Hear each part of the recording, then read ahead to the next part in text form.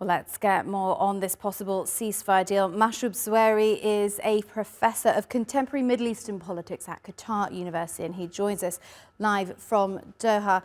Mr. Zweiri, you've seen a copy of this ceasefire agreement. What were your main takeaways from it? Well, I think the ceasefire is the deal is just it's a matter of hours. I would say if I would be pessimistic, 24 hours. We have received a lot of confirmations, news from Israel that already the list of the Palestinians to be released has been identified.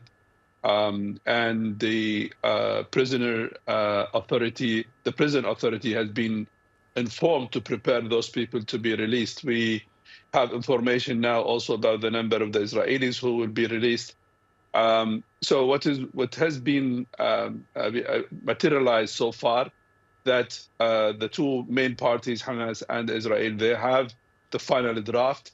They are looking at I would say, the final touches.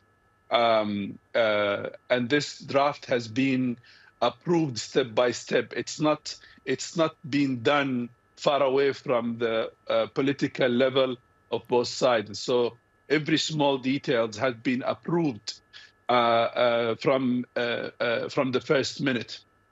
So what we are expecting is something to be released tonight, and I would expect that if this released tonight, the starting hour will be tomorrow, sometime early tomorrow, 8, 9 o'clock, 10 o'clock in the morning. Wow, so what you're saying is we really are close and this really could be the final deal. What are the kind of key concessions that each side has had to make, and how is it going to be framed then by each side? Presumably both will want to present this as a win. Of course. For Hamas, I think the issue is to allow Palestinians to go back to the north. This has been approved. Netzarim will be dissolved. Philadelphia the same gradually. What's so-called the roundabout Kuwait, also the Palestinians will be allowed to go to the north. The Israeli armed forces, they will withdraw to the east and to the north to around 500 meters from the border with Israel. Israel will maintain its own presence basically on the areas far away from the main cities. More humanitarian aid will be allowed. 500 trucks will be allowed every day, with 30% of those will be fuel. There will be more tents and medical facilities and other infrastructure will be allowed to go to Gaza in the first phase, so they can tackle some of the humanitarian, I would say, urgent matters. I mean, all Gaza is urgent, actually. Of course, of course. And how will Washington, Doha, and Israel try to coordinate this announcement, which, as you say, may be coming in the next 12, 24 hours? I would say that for each party, they have the way how to announce it. Netanyahu, he will announce it as a victory because his government will not be collapsed.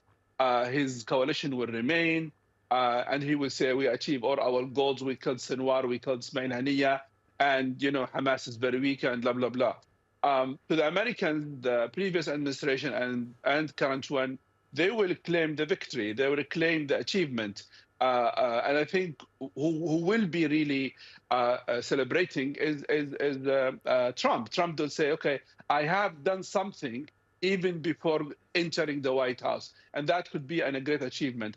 I think to the mediators, and here we speak about Qatar, I think to them it's a great achievement because they played an important role to bring all parties together, including the Americans, because no one look at the Americans actually as a mediator. They look at them as actually one front with the Israelis. So to convince the Americans to show flexibility and that to reflect on Israelis, that's a great achievement. So I would expect statements, press release, maybe statement from the foreign ministry of Qatar. But I would expect more, I would say, a media appearance in Washington and Israel as well. Mahjoob Zweiri with the inside track there, very much from Doha. Thank you so much for joining us on the News Hour here on TRT World. My pleasure.